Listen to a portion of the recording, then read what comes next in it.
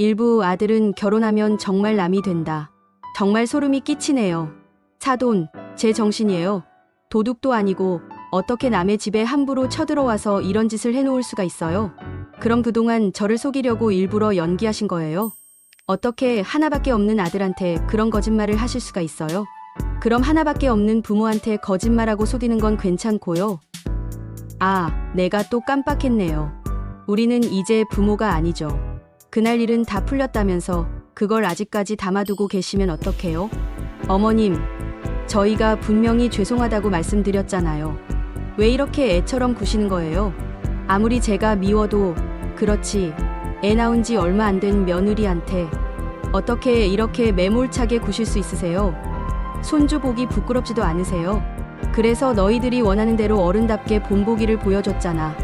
여기 아들과 며느리, 그리고 안사돈이 박찬숙 어머님을 몰아세우고 있습니다. 아들도 장모와 며느리 편에 서서 자신의 어머니에게 소리를 지르고 있는데요. 오늘 이야기는 결혼하고 남이 되어버린 아들에게 피눈물 나는 복수를 하신 72세 박찬숙 어머님과 남편의 이야기입니다. 박찬숙 어머님과 남편은 과연 어떤 복수를 하셨을까요? 오늘 이야기처럼 결혼하고 남처럼 변한 아들을 두신 부모님들이 계시다면 박찬숙 어머님에게 따뜻한 응원과 뼈와 살이 되는 조언을 댓글에 꼭 남겨주시길 바라겠습니다. 구독과 좋아요, 그리고 알림 설정을 눌러주시면 올라오는 이야기를 보다 빠르게 보실 수 있습니다. 그럼 지금부터 그 놀라운 이야기 속으로 들어가 보겠습니다. 안녕하세요. 저는 경기도에 살고 있는 72세 박찬숙입니다. 올여름에 있었던 정말 기가 막힌 이야기를 들려드리겠습니다. 아들은 결혼하면 남이 되어버린다는 말, 다들 한 번씩 들어보셨죠? 저는 이 말은 틀린 말이다. 내 아들은 절대 그러지 않을 것이라고 평생 생각한 엄마였습니다. 하지만 직접 겪어보고 나서야 아들은 결혼하면 남이 된다는 것을 뼈저리게 깨닫게 되었습니다. 저와 남편은 시부모를 집들이에 초대하지 않은 아들, 며느리에게 괘씸함을 느끼고 아들, 며느리 집을 빼앗아 버렸습니다. 애 낳고 편하게 살아라고 큰 집을 넘겨줬더니 시부모는 초대도 하지 않고 자기 친정 식구와 지인들만 불러다가 잔치를 하듯 집들이를 했습니다. 물론 저희가 고작 집들이 초대받지 못했다는 이유 하나 때문에 집을 빼앗은 것은 아닙니다. 아들, 며느리 집을 뺏을 수밖에 없었던 진짜 숨겨진 이유는 따로 있습니다. 지금 생각해도 참 기가 막혀서 허리가 휘청거릴 정도로 어이가 없네요. 저희 아들은 제 나이 40에 어렵게 얻은 귀한 아들입니다. 저희 부부는 20대 꽃다운 나이에 결혼하였지만 임신할 때마다 번번이 유산을 했습니다. 4번의 유산, 기대했던 마지막 아이까지 저희 곁을 떠나고 말자 남편이 제게 말했습니다. 여보, 우리 둘이서도 행복하게 살 수 있어. 나는 당신만 있으면 충분해. 내가 항상 당신 곁에 있을 테니까 우리 함께 이겨내자. 남편은 애써 웃으며 저를 위로했지만 그 얼굴에서 슬픔과 상실감이 느껴졌습니다. 그렇게 저희는 이번 생에 아이가 없다는 마음으로 단념하고 살았습니다. 그런데 정말로 단념하고 살다 보니 아이가 한 번도 찾아오지 않더라고요. 정말이지 9년 동안 아무 소식이 없었습니다. 그러다 39살 여름에 생각지도 못하게 아이가 찾아왔고 이듬해 5월에 소중한 아들 현태를 낳았습니다. 아들 현태는 어릴 때부터 정말 영특한 아이였습니다. 남편과 제가 집안일을 하고 있으면 도와달라는 말을 하지 않았는데도 슬그머니 옆에 와서 작은 고사리 손으로 도와주곤 했습니다. 그 시절 누구나 그랬듯 저 또한 힘든 시집살이를 겪고 있었습니다. 남편이 집안에서 유일한 아들이었는데 시어머니는 연여 유산하는 저를 볼 때마다 김씨 집안, 대대로 내려온 대가 너 때문에 끊기는 게 아니냐며 구박했습니다. 그날은 시누이들까지 합세해 저를 더 몰아붙이고 있었죠.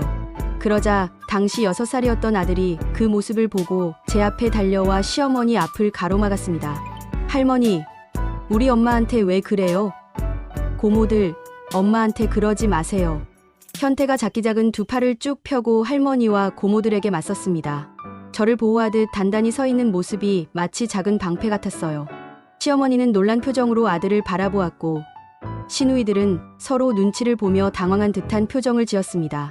현태야, 너 저리 가. 어디서 배운 버릇 없는 짓이야.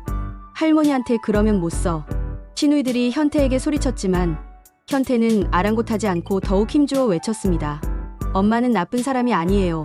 왜 엄마를 괴롭혀요? 어린 나이에도 불구하고 할머니가 유일한 아들 손주인 자신을 함부로 대하지 못한다는 것을 알고 있었던 걸까요? 이런 든든한 아들 덕분에 저는 모진 시집살이를 버틸 수 있었습니다. 아들은 듬직한 면뿐만 아니라 딸처럼 살갑고 따뜻한 면도 가지고 있었습니다. 자식이 하나뿐인 저희가 외로울까봐 걱정돼요. 직장생활로 바쁜 와중에도 주말마다 저희와 함께 시간을 보내주었습니다. 부모를 정말 소중히 여기는 아들이라 나중에 아내와 자식에게도 훌륭한 남편이자 아버지가 될 것 같았습니다. 남편과 제가 오랜 시골 생활을 하면서 깨달은 것이 하나 있는데, 나이가 들면 몸 편하게 사는 것이 최고라는 것이었습니다. 그래서 처음부터 지하철, 병원, 은행이 가까이 있는 도시에 집을 마련하기로 했습니다. 시부모님이 돌아가시고 재산을 일부 남편이 물려받았기 때문에 집을 마련하는데 큰 어려움은 없었습니다. 저희는 집 없는 서러움을 그 누구보다 잘 알고 있었기에 아들이 결혼할 때 꼭 집 하나는 마련해주고 싶었습니다. 남편은 택시 운전으로 열심히 돈을 벌었고 저도 초등학교에서 청소를 하며 열심히 돈을 모았습니다. 그렇게 아들이 결혼할 때 19평대 아파트를 사줄 수 있었습니다. 아들은 결혼한 지 얼마 지나지 않아 바로 아이가 생겼습니다. 저는 정말 기뻤습니다. 제가 겪었던 슬픔을 아들과 며느리가 겪지 않는 것에 감사했습니다. 예정일은 8월이었고 며느리의 배는 점점 불러 어느덧 5월이 되었습니다. 그러던 어느 날 아들이 저희에게 저녁을 사주겠다며 자기들 집으로 불렀습니다. 저기 아버지 말인데요. 애 키우기에는 너무 좁을 것 같아서요. 애기 태어나면 짐이 더 많아질 텐데 지금 집은 애 기어 다닐 공간도 없을 것 같아요. 지금 집이 뭐가 좁아? 그럼 버릴 건 버리고 정리를 하면 되지. 근데 다 필요한 거라 버릴 수가 없어요. 얼마 전에 봤던 유튜브에서 그러던데 평생 번 돈으로 아들한테 집 사줬더니 작다고 했다고 해서요. 그래서 너도 지금 더 큰 집 사달라는 말이야? 아니요. 그건 아니고요. 아버지 집이랑 저희 집이랑 서로 바꿔서 살면 어떨까 하고요. 응? 그게 무슨 말이야? 저희는 3명이고 아버지랑 엄마는 2명이잖아요. 두 분이서 사시기에 40평대 집은 너무 넓지 않나 하고 말씀드리는 거예요. 아, 그럼 너희 집 팔고 우리 집도 팔고 한 50평대 집 사서 다 같이 사는 건 어때? 아이, 요즘에 누가 아들이랑 같이 살아요? 말이 되는 소리 해야지. 며느리가 걱정하지 말라며 시아버지가 심심해서 농담하시는 거라고 했습니다. 아버지, 제발 그렇게 해주시면 안 될까요? 제가 더 큰 집을 사달라는 것도 아니고 명의를 저한테 달라는 것도 아니잖아요. 그래요, 여보. 현태 생각이 나쁘지만은 않은 것 같은데. 나야 상관없지만 당신은 괜찮겠어? 거기로 가면 동네 친구도 못 만날 텐데. 동네 친구는 원래도 자주 안 만났는데 뭐. 아휴, 안 그래도 그 넓은 집 청소하기 귀찮고 힘들던 참이었는데 잘 됐네. 평수 줄면 편하고 좋지. 그럼 이사는 언제쯤 하려고? 너희가 생각해둔 게 있을 거 아니야. 예정일 한 달 전에는 이사하는 게 좋을 것 같아요. 그래. 그럼 늦어도 7월 초에는 들어가야겠네. 아들과 이사 날짜를 정하고 있었는데 대화 내내 아무 말 없던 며느리가 처음으로 입을 열었습니다. 저기, 그런데요, 어머님. 그 집이 현태 씨 어릴 때부터 사셨던 집이니까 집이 꽤 오래됐잖아요. 그래서 리모델링 새로 하고 들어가면 좋을 것 같아서요. 그게 아기한테도 좋을 것 같고요. 리모델링? 아, 벽지랑 장판 새로 하는 거 말하는 거니? 아니, 벽지랑 장판뿐만 아니라 싱크대랑 욕실에 곰팡이도 많고요. 그냥 집이 전체적으로 어둡고 침침해서 아기랑 살기에는 좀 찝찝할 것 같아요. 그래서 전체 다 바꿨으면 좋겠어요. 곰팡이 하면 반지하 집에 있는 아주 더러운 곰팡이를 떠올릴 수도 있지만 저희 집은 그 정도로 더러운 집은 아니었습니다. 며느리는 곰팡이가 많다고 했지만 사실 욕실 타일 사이에 점처럼 생긴 곰팡이 한두 개가 전부였습니다. 저희 부부에게 정말 소중한 집이었기에 얼마나 쓸고 닦으며 살았는지 모릅니다. 그런데 며느리가 평생 제가 해온 노력을 깎아내리는 것 같아 기분이 좋지 않았습니다. 하지만 며느리의 말이 완전히 틀렸다고 할 수도 없었습니다. 그 집에서 30년 넘게 살아서 모든 것이 오래되긴 했으니까요. 아, 그래. 오래되긴 했지. 안 그래도 현태 결혼하면 리모델링 하려고 했었어. 이참에 잘 됐네. 그럼 집 전체 다 하려면 기간은 얼마나 걸리려나? 내 친구도 얼마 전에 리모델링 했는데 집 전체 다 하는데 한 달 정도 걸렸대요. 근데 욕실이랑 부엌 공사할 때는 집에서 잘 수 있는데 도배랑 벽지할 때는 짐 싹 빼고 나가야 한대요. 그래서 내 친구도 한 2주 정도 아들 며느리 집에 가서 지냈네요. 그럼 우리도 현태 집에서 지내면 되겠네. 그러자 며느리의 표정이 순식간에 굳어졌습니다. 그 모습을 보고 아들이 당황하며 말을 더듬기 시작했습니다. 엄마, 그러니까 저기 이모 집에 가 계시면 어떨까요? 이모 집에? 안 돼. 지금 이모부가 거동이 불편해서 이모가 옆에서 수발든다고 힘들어 죽겠다던데. 안 그래도 힘든 사람한테 우리까지 가서 불난 집에 부채질해서 되겠어? 그럼 고모네는 고모 집도 얼마 안 멀잖아요. 너는 고모랑 나랑 사이 안 좋은 거 뻔히 알면서 그래? 나이 70 넘고 또 시집살이 살으라고? 그럼 저희가 비용 드릴 테니까 호텔에서, 아니다, 모텔에서 지내시거나 정 안 되면 찜질방에서 지내시면 될까요? 요즘 찜질방도 얼마나 좋은데요. 너 말하는 꼴 봐. 우리가 너희 집에서 지내는 게 싫구나. 그런 게 아니라 분명 아까 엄마가 말씀하셨잖아요. 아들이랑 같이 살면 안 된다고. 이 사람 몸도 무겁고 저희 집에 오시면 아마 아버지랑 엄마가 더 불편하실 거예요. 대신 짐은 저희 집에 두셔도 돼요. 부모를 모텔보다도 못하게 하다니 뭐 이런 경우가 다 있나요? 전세도 아니고 고작 2주 같이 지내는 건데 아들이 이렇게 기겁할 줄은 꿈에도 몰랐습니다. 이에 며느리는 내 남편 잘한다는 듯 살짝 미소를 지어 보이기까지 했습니다. 우리가 떠민 것도 아니고 자기들이 원해서 집을 바꾸고 리모델링하는 건데 정말 이치에 맞지 않는 상황이었습니다. 본인들이 큰 집에 살고 싶고 리모델링을 원한다면 솔직히 말해서 2주 정도 같이 지내는 건 자기들도 감수해야 하는 부분이라고 생각했습니다. 남편에게는 아니라고 했지만 사실 저는 나이 먹고 동네 친구를 만나는 것을 유일한 낙으로 살아가고 있었습니다. 그만큼 저는 삶의 유일한 낙까지 포기하며 자기들을 위해서 제 자신을 희생하려 했는데 아들 며느리의 이기적인 태도에 너무 선뜻 집을 바꿔주겠다 한 것은 아닌지 후회가 되었습니다. 남을 배려하고 베풀 줄 알았던 아들이 왜 이렇게 인정머리 없는 성격으로 변해버린 건지 정말 기가 찰 노릇이었습니다. 그렇게 싫어하는 티를 내는데 별 수 있나요? 공사가 시작되고 첫 번째로 저희는 동네에 있는 찜질방으로 향했습니다. 한 4일 정도 있어 보니 사람들이 계속 왔다 갔다 하는 통에 도저히 잠을 잘 수가 없었습니다. 그래서 어쩔 수 없이 두 번째로 모텔로 갔습니다. 그런데 여행을 다니면서 모텔에 묵는 것도 아니고 그냥 모텔에서 지내자니 돈이 너무 아까웠습니다. 아들이 돈을 내주겠다 했지만 이제 와서 모텔비를 달라 하기도 뭐한 노릇이었습니다. 그렇게 모텔에서 4일 정도 지냈는데 남편이 말을 꺼냈습니다. 이왕 이렇게 된 김에 우리 일주일 동안 여행이나 다니면 어때? 여름 되면 더워서 어디 나가지도 못하고 날 더워지기 전에 강원도로 여행이나 다녀오자고. 강원도요? 며칠 잠도 제대로 못 자서 힘든데 갑자기 여행을 어떻게 가요? 됐어요. 준비할 것도 많고 그냥 여기 있자고. 준비할 게 뭐 있어? 옷가지랑 지갑만 챙겨서 가면 되지. 손주 태어나면 애도 봐줘야 할 텐데 지금 다녀오는 게 맞지. 당신 말이 맞네요. 지금 아니면 우리가 또 언제 여행을 가겠어? 그래요. 이번에 다녀옵시다. 그렇게 저희는 강원도로 일주일 동안 여행을 떠났습니다. 아들에게 여행 간다고 말할까 싶었지만 결국 말을 하지 않고 조용히 다녀왔습니다. 아무리 아들에게 서운함을 느꼈다고 해도 부모로서 자식의 마음을 불편하게 만들고 싶지 않았기 때문이었습니다. 샵 2부 며느리의 집들이 충격적인 진실. 여행을 다녀오고 이사날이 되었습니다. 남편은 먼저 아들 집으로 향했고 저는 아파트 아래에서 기다렸습니다. 이삿짐 옮기는 건 현태 내가 지켜볼 테니까 넌 카페에서 쉬어. 그런데 한창 사다리차로 짐을 올리는데 이삿짐 트럭이 하나 더 들어왔습니다. 기사님, 여기에요. 분명 아까 침대가 올라갔는데 킹사이즈 침대가 또 하나, 냉장고도 2개, 세탁기도 2개, 모든 살림이 2개씩이었습니다. 버리는 거 아니고 나중에 아기가 쓸 거예요. 그렇게 이사를 마쳤습니다. 저희 부부도 새 집에 적응하며 지냈습니다. 무엇보다 당신 청소 덜해서 좋겠어. 며느리의 예정일이 다가올수록 저희는 연락을 하지 않았습니다. 전화로 안부를 묻고 싶어 며느리에게 전화했지만 항상 받지 않았습니다.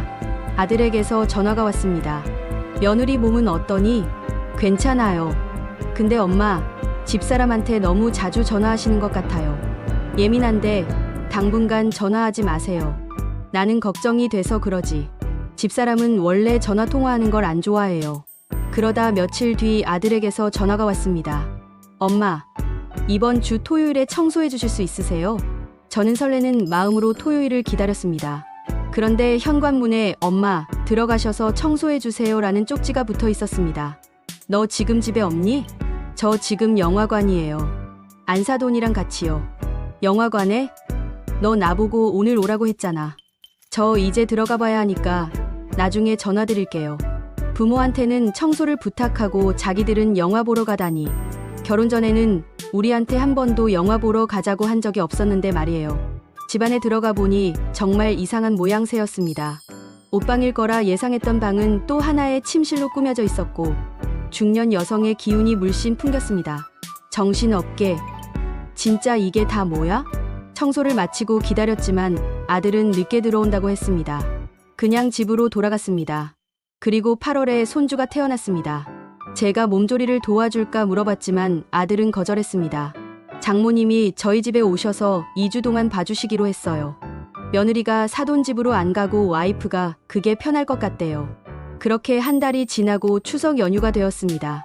손주를 보러 갈 생각에 기대했지만 연휴가 반이 지나도록 연락이 없었습니다. 연휴 마지막 날이 되어도 손주 보러 오라는 연락이 오지 않더라고요. 정말 무슨 일이 생겼나 걱정이 돼서 아들에게 전화를 해보았습니다. 너희 무슨 일이 있어? 아니, 없는데요. 근데 왜 전화하셨어요? 추석인데 통 연락이 없길래 전화해봤다. 아, 맞다, 추석이었지. 요즘 애 본다고 정신이 없어가지고 죄송해요. 너희 명절 음식도 못 먹었을 거 아니야? 엄마가 튀김이랑 송편 좀 챙겨서 갈게. 우리도 손주 얼굴 좀 보자. 그러자 아들은 한참 말이 없었습니다. 들리진 않지만 며느리랑 대화를 하는 듯 했어요. 엄마, 집에 오시는 건 안 될 것 같아요. 요즘 코로나도 다시 심해졌고 다른 호흡기 바이러스도 엄청 돌고 있대요. 지금은 좀 그렇고 100일 지나고 오시면 안 될까요? 100일? 안사돈도 와서 봐주러 갔잖아. 걱정 마. 우리 감기 안 걸렸어. 그래도 안 될 것 같아요. 마스크 끼고 잠깐만 보고 가면 안 될까? 죄송해요. 지금 아기 우니까 나중에 연락드릴게요. 나중에 연락 주지도 않을 거면서 맨날 나중에 연락드린다는 소리만 듣게 하네요. 그럼 돈은 어쩌죠? 그냥 현태 계좌로 보내줍시다. 그래도 직접 얼굴 보고 줘야지. 집 앞에서 현태만 만나서 전해주면 되잖아. 돈 준다는데 싫어할 게 뭐 있어? 당신 애 장난감도 사놨다며.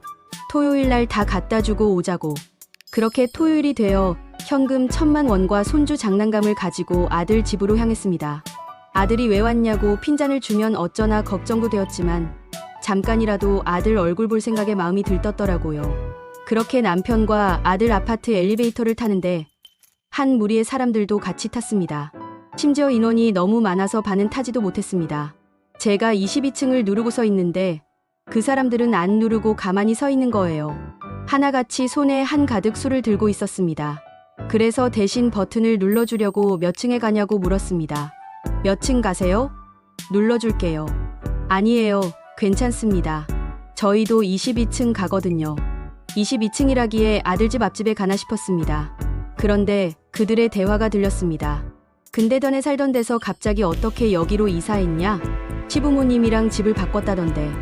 아, 애 때문에 바꿨나 보네. 하긴 저번 집은 발 디을 틈도 없었지. 명목상으로는 시부모님한테 아기 때문에 바꿔달라고 했는데 그럼 다른 진짜 이유가 있는 거야? 사실은 친정 엄마랑 같이 살려고 바꾼 거라더라. 그럼 시부모님한테 거짓말하고 집 바꾼 거네.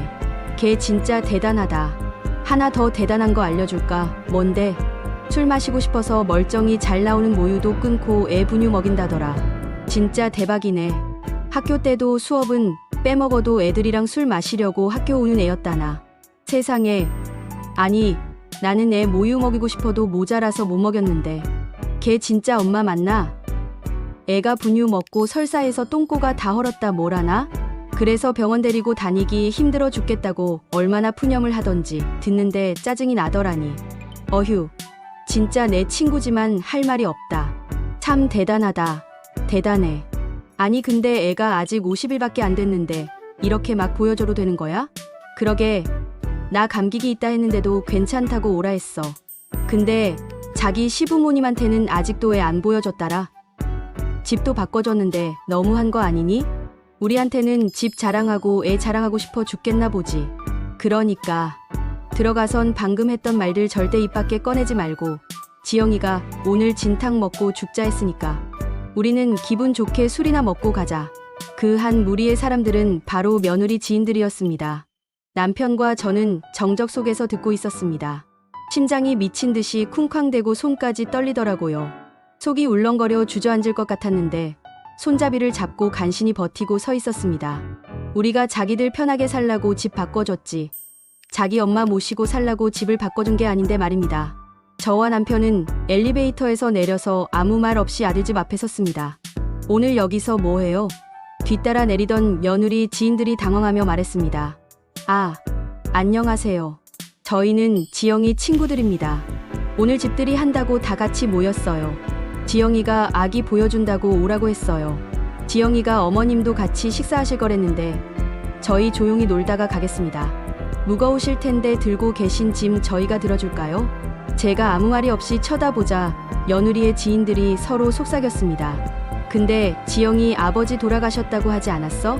그랬던 것 같은데. 나는 지영이 엄마 아니고 지영이 시어머니야. 그러자 며느리의 지인들은 당황해서 눈을 이리저리 굴리기 바빴고 꿀먹은 벙어리가 되었습니다. 며느리의 지인들도 저희 부부도 아무도 배를 누르지 못했습니다. 그렇게 한동안 정적이 흘렀습니다. 그러다 갑자기 문이 열리면서 며느리가 투덜거리며 나왔습니다. 아, 진짜 얘네는 아까 엘리베이터 탔다니까. 왜 이렇게 안 와? 또 어디서 담배 피고 있는 거 아니야? 문을 어찌나 세게 여는지 문 앞에 서 있던 저는 그대로 부딪히고 말았습니다. 워낙 순식간에 일어난 일이라 미처 반응하지도 못하고 넘어지고 말았습니다. 시어머니가 문에 부딪혀 넘어졌는데도 죄송하다는 말도 없이 멀뚱히 보고 서 있었습니다. 남편의 부축을 받으며 일어나는데 며느리가 물었습니다. 그런데 아버님, 어머님께서 여기 어쩐 일이세요? 너야말로 지금 이게 다 무슨 상황이야? 남편이 화가 치솟아 문을 열고 집 안으로 들어갔습니다. 이미 거실에는 술판이 벌어져 있었고 그 속에는 같이 웃고 떠드는 안사돈이 보였습니다. 아까 같이 타지 못했던 사람들까지 합하면 총 20명은 되는 것 같았습니다. 젊은 사람들이랑 마시니까 좋네. 남편은 그 꼴을 보고 화를 주체하지 못했고 소리를 지르며 그곳에 있는 사람들을 모두 쫓아냈습니다.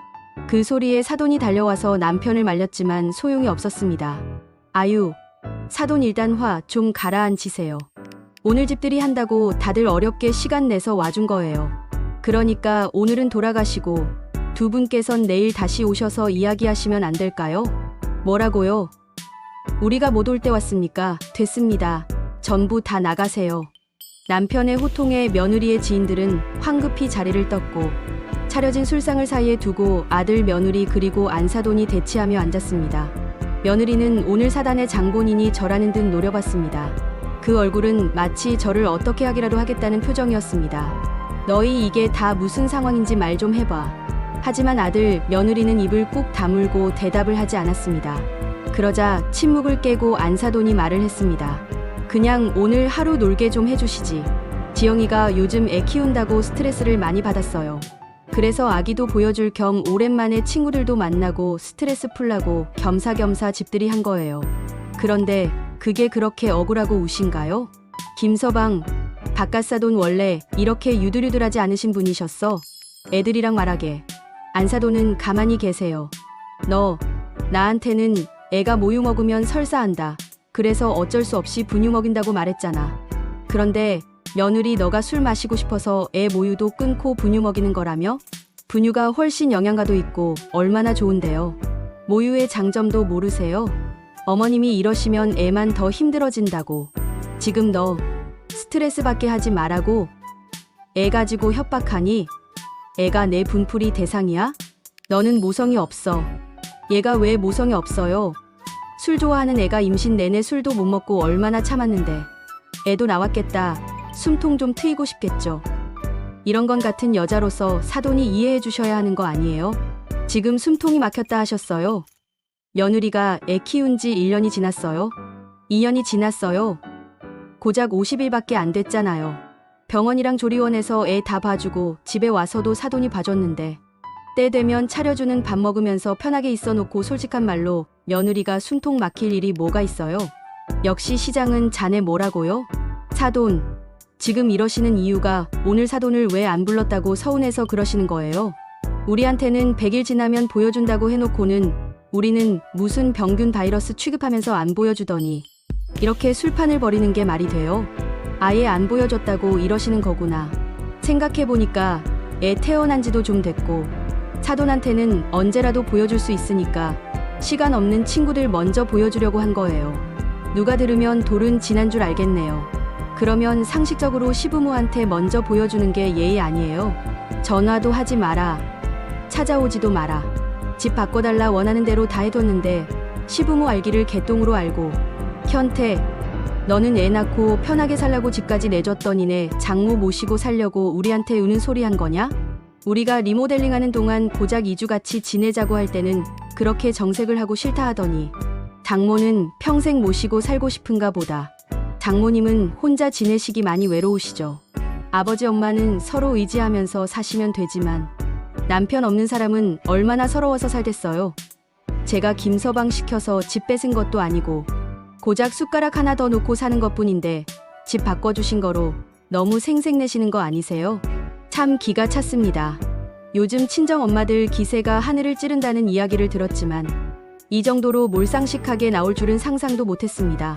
저희가 노후에 가진 게 집 2채뿐이라 생색낼 수밖에 없네요. 그러니 그릇이 크신 안사돈께서 사위랑 딸 데리고 사돈 집에 가서 사세요. 이러니까 지영이가 부모랑 가까워질 수가 없다고 하죠. 아들 얼굴 손주 얼굴 한 번이라도 더 보려면 며느리한테 잘해야 한다는 것도 모르시나 봐요. 집 가지고 치사하게 정말 애들 저희 집으로 데리고 갈 테니까 사돈은 평생 그렇게 며느리한테 굽신거리면서 사세요.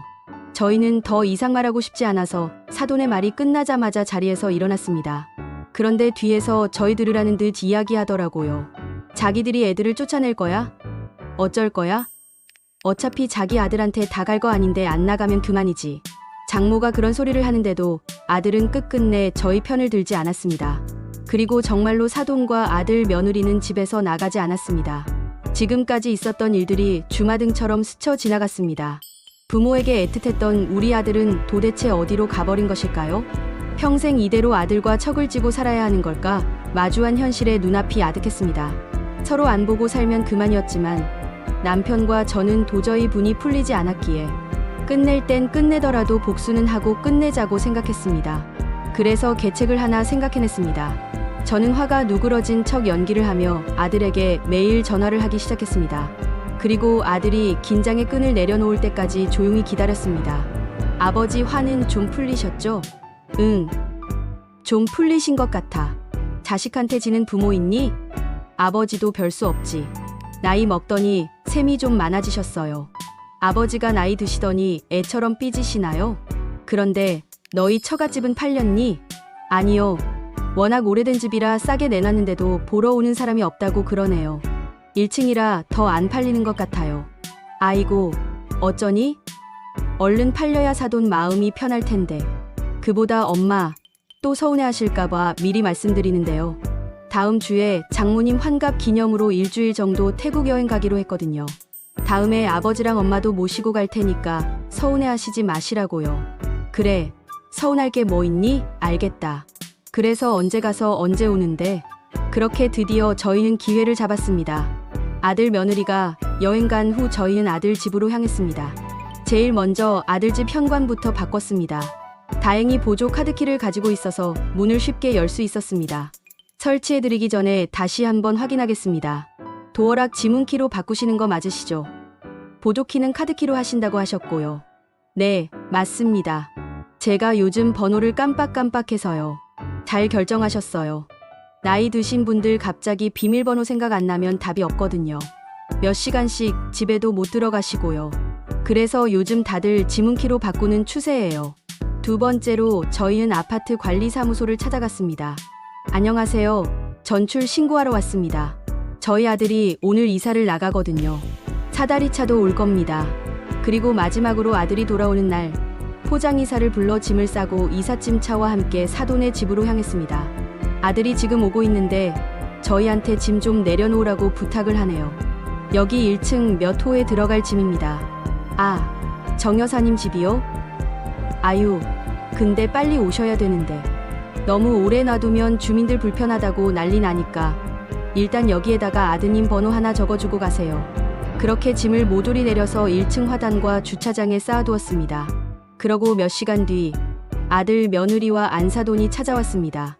도둑도 아니고 어떻게 남의 집에 함부로 쳐들어와서 이런 짓을 해놓을 수가 있어요? 엄마, 저희 짐을 왜 다 장모님 집에다 갖다 놓으신 거예요? 공항에서 저녁 먹고 들어가려고 음식 주문 다 했는데 먹지도 못하고 급하게 왔잖아요. 안사돈이 분명히 그랬잖아. 너희들 데리고 가서 살겠다고. 자꾸 미적거리는 것 같아서 우리가 대신 이사해 준 건데. 그날 일은 끝난 거 아니었어요? 하나밖에 없는 아들한테 정말 해도 너무 하시네요.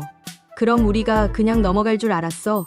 우리 버릴 것도 없는데 집 2채 가지고 있으니까 재산세만 내야 하고, 그래서 한 채는 팔아버리려고 한다. 그 돈으로 엄마랑 우리 노후에 먹고 살 거야. 그럼 저희는 어쩌고요? 그건 이제 너들이 생각해야지. 들어가서 살 집도 있겠다 나봐. 둘 다 허우대 멀쩡하니까 맞벌이 하면서 돈 모으면 되지. 뭐가 문제야? 진짜 후회하실 거예요. 앞으로 절대 아버지 안 볼 거예요. 그렇게 아들, 며느리는 사돈 집에서 살게 되었습니다.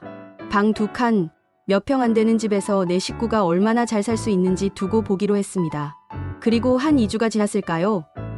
맨 처음 아들에게서 신호가 왔습니다. 엄마, 저희 다시 그 집에 들어가서 살면 안 될까요? 아니면 작은 집이라도요. 왜 그러니? 너희도 그렇고 장모도 그렇고 같이 살고 싶어서 안달이었잖아. 아, 왜 그러긴 아시면서 일부러 놀리세요? 불편하니까 그러지. 왜는 왜요? 불편하긴 뭐가 불편해? 너희 집에 모시고 살 때는 언제고, 집이 작아서 도저히 못 살겠다고, 화장실도 못 쓰고, TV도 마음대로 못 보고, 1층이라 사람들 왔다 갔다 하는 소리 때문에 잠도 제대로 못 자서 불면증까지 생겼단 말이에요. 매번 부모 본체만 찰 때는 언제고? 전부 내가 선택한 결과니까 우리 탓하지 말고 앞으로 인생 내가 책임지고 살아. 끊었습니다. 아들의 우는 소리에 순간 넘어갈 뻔도 했지만 그것은 진정으로 아들을 위하는 것이 아니었기에 이를 악물고 매몰차게 대했습니다. 그리고 한 달 뒤 그렇게 자신만만해하던 사돈에게 전화가 왔습니다. 사돈, 저예요. 요즘 어떻게 지내고 계세요? 어디 몸 아프신 데는 없죠? 저야 그럼요. 전 너무 편하게 잘 지내고 있죠. 스트레스 주는 사람들도 눈앞에 없고 얼마 전엔 남편이랑 울릉도 다녀왔는데 어찌나 좋던지요. 저기 사돈, 애들 한 번 더 기회 주면 안 될까요? 무슨 기회요? 제가 정말 무릎 꿇고 빌게요. 그러니까 다시 그 집에 들어가 살게 해주시면 안 될까요? 전 혼자 여기 살고요. 누가 누굴 무릎 꿇고 빈다는 건지 자기는 잘못이 하나도 없는 것처럼 얘기하는데 기가 안 찼습니다. 그러면서 애들 데려갈 테니까 용서를 빌게 해달라 했습니다. 어서 무릎 꿇고 아버님 어머님한테 잘못했다고 말씀드려. 그러자 며느리는 제가 넘어졌던 복도에 무릎을 꿇었습니다. 아버님, 어머님 죄송합니다. 제가 정말 잘못했어요. 제가 매일 안부 전화도 드리고 애 데리고 일주일에 한 번씩 찾아뵐게요. 그런데 어쩌니? 이 집은 우리가 죽을 때까지 살 건데 작은 집은 벌써 전세 나가버렸고. 그럼 우리 집에 들어와 같이 살래? 그러자 며느리는 인상을 쓰며 벌떡 일어났고 안사돈 또한 표정이 일그러졌습니다. 하지만 예전처럼 저희한테 악다구니를 부리지는 못했습니다. 아들은 자신이 자초한 일이란 걸 깨달았는지 그저 땅만 쳐다보고 있었습니다. 결국 아들은 다시 처가로 돌아갔고 저와 남편은 리모델링한 집에서 다시 새 삶을 시작했습니다. 제 자식만은 다를 줄 알았는데 결국 제 자식도 남의 자식이랑 다를 바 없다는 것을 깨닫게 되었습니다. 아들과는 씁쓸한 결말을 맞이했지만 남은 저희 노후는 행복한 결말이 될 수 있도록 온전히 저희를 위해 살아가기로 했습니다. 저희 부부는 이 진리를 70 넘어 늦게 깨달았지만 여러분께서는 제 이야기를 교훈 삼아 부디 지혜로운 삶을 살아가셨으면 좋겠습니다. 오늘 이야기가 재밌고 공감되신다면 주변 분들에게 한 번씩 공유해 주시면 감사하겠습니다. 이상으로 오늘의 영상 마치겠습니다. 모든 구독자 여러분 그리고 시청자 여러분의 행복한 앞날을 기원하겠습니다. 다음에 더 좋은 영상으로 찾아뵙겠습니다.